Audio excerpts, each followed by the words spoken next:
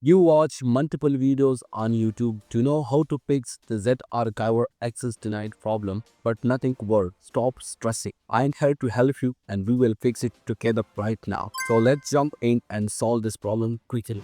First of all, grab your phone and open setting. Now tap on apps and notification. After that, tap on see all apps so you can find every app in your phone.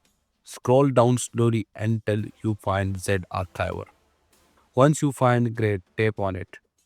Next, tap on permission. Here you must allow storage access. This is very important. Once you allow it, boom, problem solved. Now your Z archiver can easily open your file again.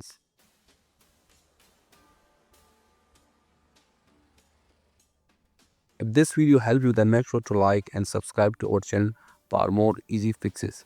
Thanks for watching and I will see you in the next video. Until then, take care and goodbye.